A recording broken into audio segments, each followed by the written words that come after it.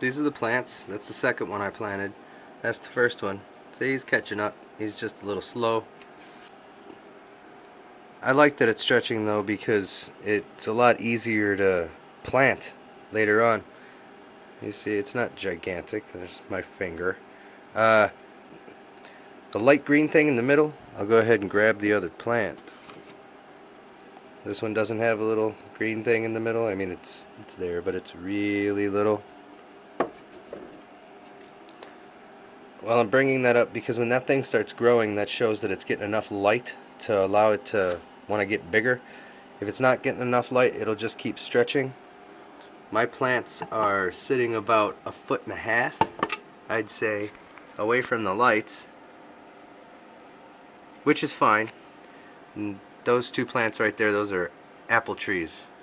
We've got a little bit of, I don't know what that was. My friend couldn't grow them, so I threw them in here, and now they're my apple trees. They're really good. Those are pink crisps. I can't wait to eat them.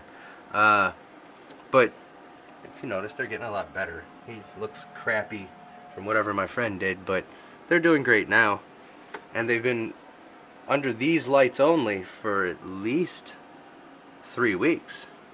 And that's why I'm growing these guys, just to show people how to grow plants. You want to, I'm not going to go all in on, I'm not going to talk about lumens and all that stuff. You can look up lumens. It's just a bit of a math problem. It's nothing big, and it can tell you how much light you got in comparison to what your plants need. I use about 2,500 lumens per foot, but I'm just going to say that, and then anybody that actually goes to do some math will figure out what I'm talking about. But as long as it stops stretching and starts growing its secondary leaves and everything, it's getting enough light. Don't let these plants get within, say, 3 to 4 inches of the light itself. You have to raise the light, but they will cook them. But these are not hot. You can, I'm not gonna grab them. No, yeah, you can touch these, they won't burn you, and they've been on for weeks now, so it doesn't really matter. And there's a house plant that hates me. It doesn't grow. Finish this room sooner or later. Haven't put the paper up yet.